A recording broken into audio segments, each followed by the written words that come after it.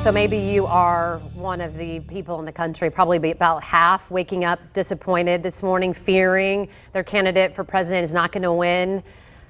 So much time and energy spent on hoping or worrying about the fate of the country, maybe your relationships. How do you let go of anxiety or fear, stress? And if you feel good about your candidate, how do you rebuild relationships maybe that have been fractured in the past several months? Therapist Amber Trejo with Canalscape Counseling joining us live with a little bit of a free therapy session. We thought this would be a good thing to give our viewers this morning. Good morning to you. Good morning, Angela. Hey, it's so good to see you. I want to talk about some of the tips that you have, and starting with the things that we can do when we talked a little bit yesterday about what we were going to talk about today, and you talk about grounding yourself. How do we do that?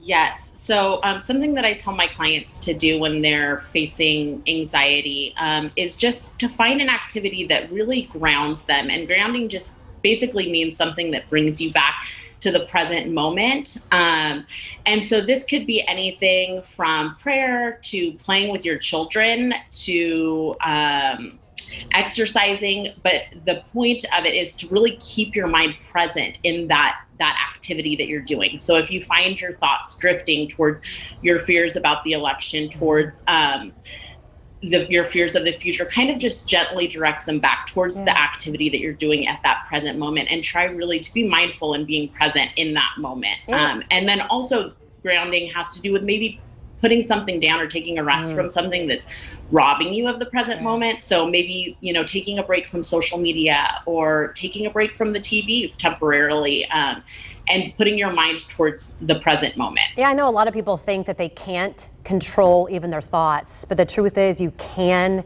control your thoughts. It's kind of what you put in.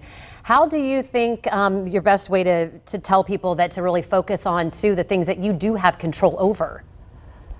Yes, I love that. So focusing on what we can control, yes, after we vote, the election really is out of our control, and that can be a really scary feeling. So I like to tell my clients to focus on the things that they can control. And I find that, sometimes we can't control our emotions. Sometimes we can't control our thoughts, but we can control a lot about the actions that we do. And so some things we can control is the way that we interact with our community. Regardless of who wins this election, we can still be active in our communities and working towards the goals and the hopes and the dreams that we have for this country. I think, too, it's important having empathy and compassion, no matter if you think someone is different than you. Just having compassion, it goes to both sides of anything, right? Yes, absolutely. And I would just tell people right now to really have compassion on themselves and to have compassion on the people that are surrounding them, because I would pretty much guarantee that the majority of people right now are in a fearful place and possibly feeling alone or isolated. And so just acknowledging and validating your fears and your anxieties.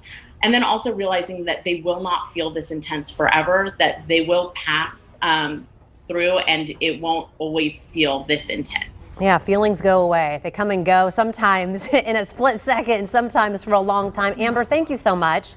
Thank you so much, Angela. I appreciate it. If you would like more information, maybe you need help, maybe you'd like to talk to somebody, get some counseling, maybe for something else, some therapy. Amber is with Canalscape Counseling, and you can find more information about her. Fox59.com/Angela Answers. We will link you to their website.